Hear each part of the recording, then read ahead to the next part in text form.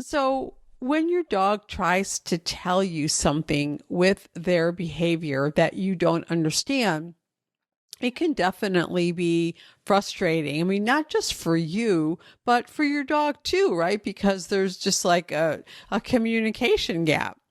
Now, the good news is that you can definitely learn to better understand your dog's behavior.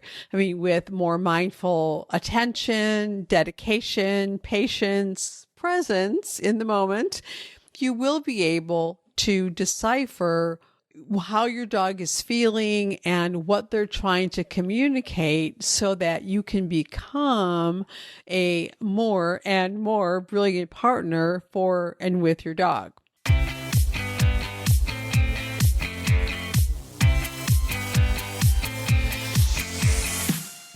Hi, I'm Kathy Kowalik, and I believe that our dogs connect us to the heart and soul of what really matters in life. So hang out, and we'll take a deep dive into the human-dog connection and explore strategies that will inspire you to create legendary, enlightened partnership with your dog.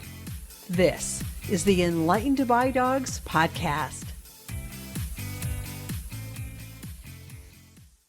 Well, hello, brilliant one. Thank you for taking the time to hang out with me today. This is Kathy Kowalik, your host of Enlightened by Dogs, and I've got what I think is an interesting and insightful and hopefully helpful topic to talk to you about today. I've got some tips that will help you better understand your dog's behavior. So before I forget, have you shared an episode from Enlightened by Dogs, one of your favorite episodes? Maybe this will be the one.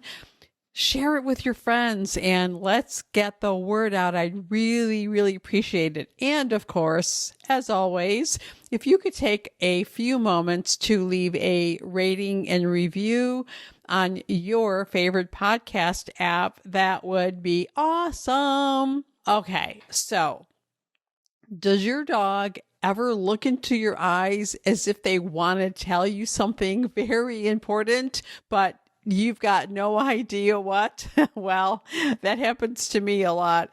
And of course, it could be something as small but urgent as needing to go outside to pee, or it could be something more important for them, like maybe the UPS guy is walking up the driveway with a package and your dog wants to let you know that there is a potential threat in the neighborhood. But whatever the case, your dog is using language and communication like their body language, ear position, eye position, head position, body posture, facial expressions, and their movement, and sometimes their vocalizations to communicate with you. The only problem in some cases is that we're either not paying much attention or we're not understanding or interpreting our dog's communication very well. And of course, we have a bit of a communication gap because, well, our dogs can't use their words to talk with us, if you know what I'm saying. And so they are trying to communicate with us through their behavior and vocalizations like, whining, barking, growling, and all the, postures and expressions and movements and all that. But here's the thing. Understanding your dog's behavior is crucial if you want to build a trusting, harmonious, and deeply connected and cooperative relationship with your dog. And of course you do. We all do, and that's why you're here. So when your dog tries to tell you something with their behavior that you don't understand, it can definitely be frustrating. I mean, not just for you, but for your dog too, right? Because there's just like a communication gap. Now, the good news is that you can definitely learn to better understand your dog's behavior. I mean, with more mindful attention, dedication, patience, presence in the moment, you will be able to decipher how your dog is feeling and what they're trying to communicate so that you can become a more and more brilliant partner for and with your dog. Now, one of the most common mistakes that dog parents make when seeking to better understand their dog is that they look for understanding in a way that isn't really relevant, and it's definitely not helpful in the circumstance. So, for example, it's not all that helpful to know why your dog doesn't like tall men with beards, or why your dog feels uncomfortable with certain types of dogs, with big black dogs or little squeaky dogs, right? Whatever.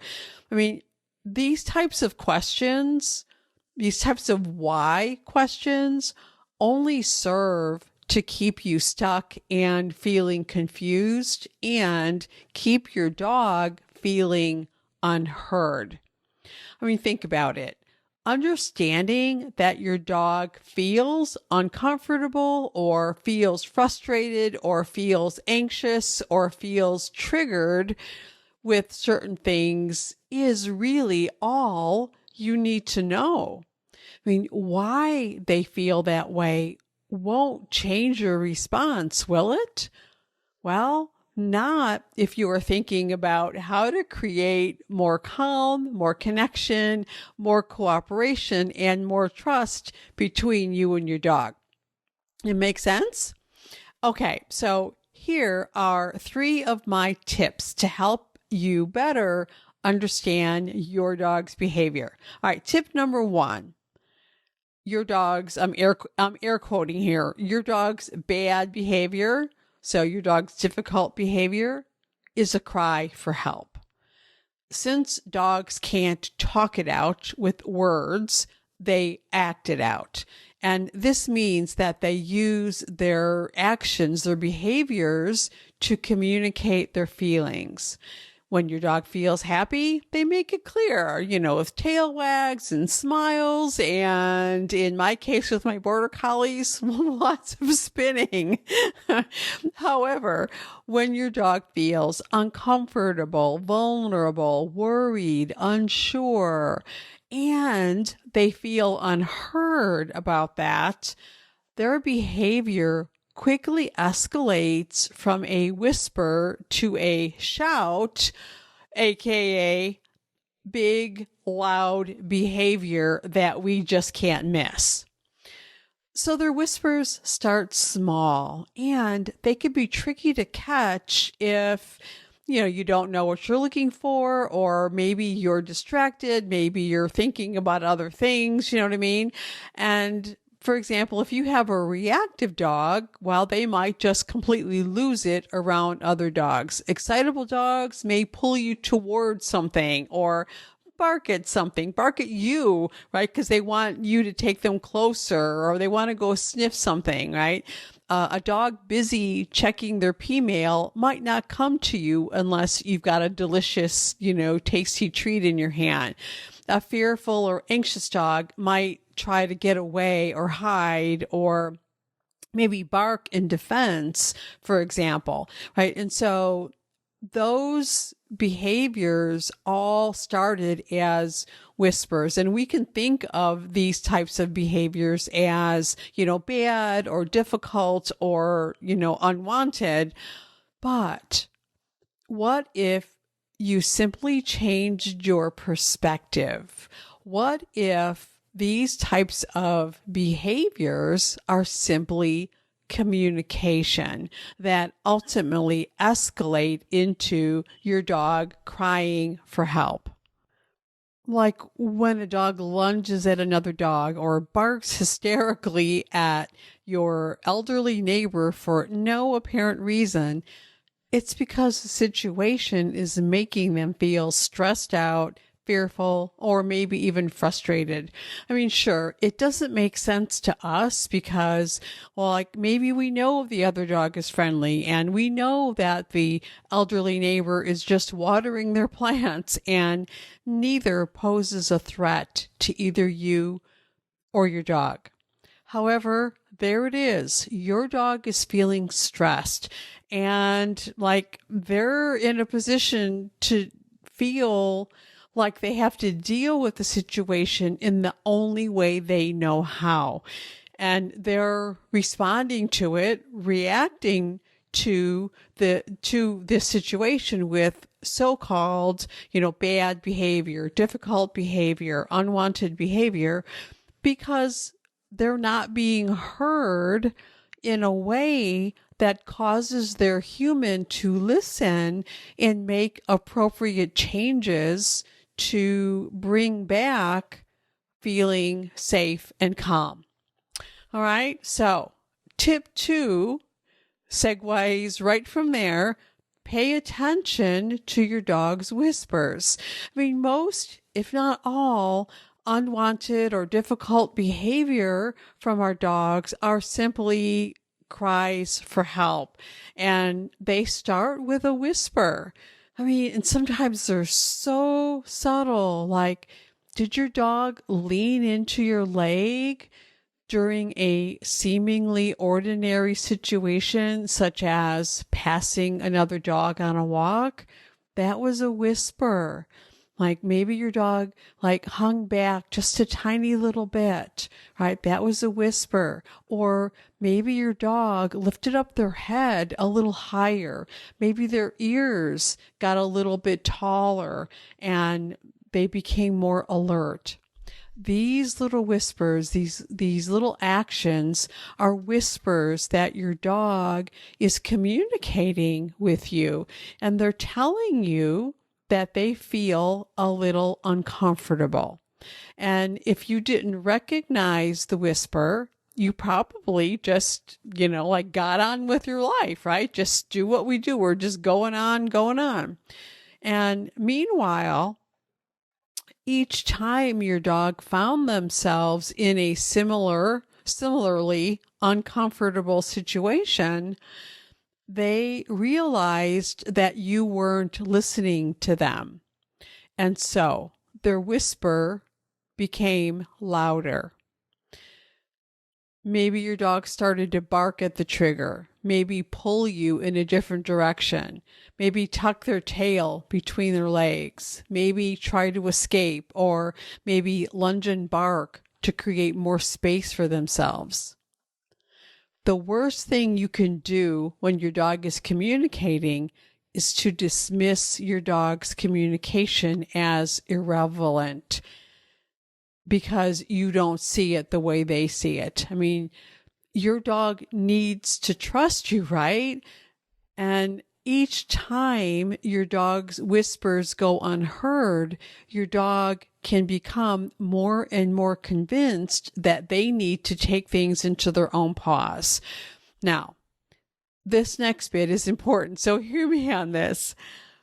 This entire scenario, this spiral, as I think about it, it grows worse when you become hypervigilant. Like and we do this all the time. We mistakenly believe that, oh, well, I'll watch out. I'll be my dog's lookout for, anything that might be disturbing. And we become hypervigilant. But when we do this, our hypervigilance only confirms for our dog that the thing that we're looking out for is really something dangerous because, hey, we're looking out for it too. And it ends up making our dog even more hypervigilant as a result. And so this spiral just sucks us in deeper and deeper and deeper. And sadly, this spiral means that the trust that the two of you have begins to leak through the cracks. And I call these are trust leaks, right? And it's all the way around. Like you can't trust your dog to behave responsibly, and your dog can't trust you to keep them safe. And then you start leaking trust for your own self and your ability to make good decisions. And you know what I mean? The whole thing becomes like I don't know, like a sieve, like a trust sieve, right? The trust is just leaking out. Okay. All right. So how do we work with this? Well, tip number 3 is to listen to your dog's whispers. And so what is the remedy with these issues and to the situations where our dog is feeling a certain way?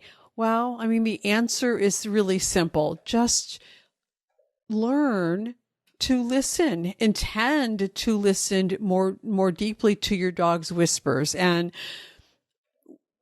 you know, perhaps figure out where are the times and places, etc., where your dog is likely to be uncomfortable based on, you know, historical data, like your dog has like escalated in the past. Well, those are the circumstances that if you do need to put yourself into with your dog, that you are going to be more cognizant and more intentional about connecting to your dog, not the environment, but to your dog, so that you can pick up on your dog's whispers, right? So when your dog tells you in their own way that they don't feel safe, calm, and happy, believe them. They're just telling you the truth. And then you could make a choice that can help turn things around. Like maybe go somewhere else for your walk, or a different place, a different time, different day. Maybe change up the routine so that your dog feels differently about the experience, feels happier and calmer and safer. What can you do to make it a positive experience instead of a negative or stressful one for both of you? So honor your dog's whispers by creating experiences that build confidence and trust. I mean, trust is so important because when trust runs deep, you and your dog can handle most any experience together. Together is better. So let's turn things around, right? Instead of thinking about their behavior as a sign that you've got a naughty pup on your hands, think about it as a sign that there's something going on that is worthy of your attention. For example, if your dog gets anxious when visitors come into your home, well, they might whisper by ducking a little bit behind your legs, or maybe trying to, hide behind your chair, or maybe they'll go into a different room, right? Now, your initial reaction might be to try to make your dog comfortable around visitors. And so that might mean that you invite you encourage your dog to say hi. Maybe you even, decide, I better get more people over because my dog needs to have more visitors. And so you invite people over more often in an attempt to increase your dog's exposure to visitors in the hopes that it will get them used to the concept of having visitors. So now what happens is, instead of maybe hiding behind your legs a little bit, for example, the first whisper, now your dog's level of communication turns into a louder version, maybe a shout, bigger behavior. Maybe they bark a lot. Maybe they growl. Maybe they snarl or even snap. Or your dog might have the opposite reaction and tremble with fear, or try to run and hide behind the couch until the visitors have left, right? I mean, listening to your dog's whispers before they escalate into big behaviors is key. That's what I want you to take away here. So in this visitor example, don't try to coax your dog to approach the visitor. Make sure your dog has plenty of space to move away.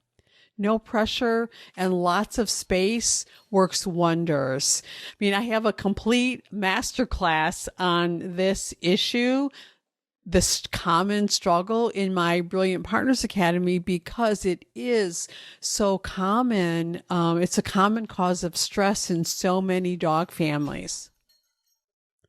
I invite you to remember this. Your dog is not giving you an intentional hard time. Your dog is having a hard time and they need your help with a difficult for them situation. Your dog does not want to be difficult. Exhibiting difficult behavior is your dog's way of communicating that they're stressed, that they feel unsafe, uncomfortable, anxious. And once you realize this and you take this to heart, it's going to make a huge difference for you and your dog. I mean, when our dogs behave this way, it's our responsibility to come up with a solution that works well for everyone. I mean, what would a brilliant partner do? Like, what can we do to change our behavior and to modify the circumstances that would make it easier for our dog to feel safe, to trust us, to feel heard? And we feel the same way because we don't want our dogs to have to communicate so loudly with more and more difficult behavior, right? So all good relationships are based on trust. And when your dog feels safe, calm, and happy, they'll begin to trust you more and more. And it starts with listening to whispers, honoring those whispered communications, and be intentional with creating experiences for you and your dog that promote feeling safe, calm, and happy, and trusting and connected. All right, well, that's what I have for you today, my friends. Have a great week. I will see you next time. Bye-bye for now. Be brilliant.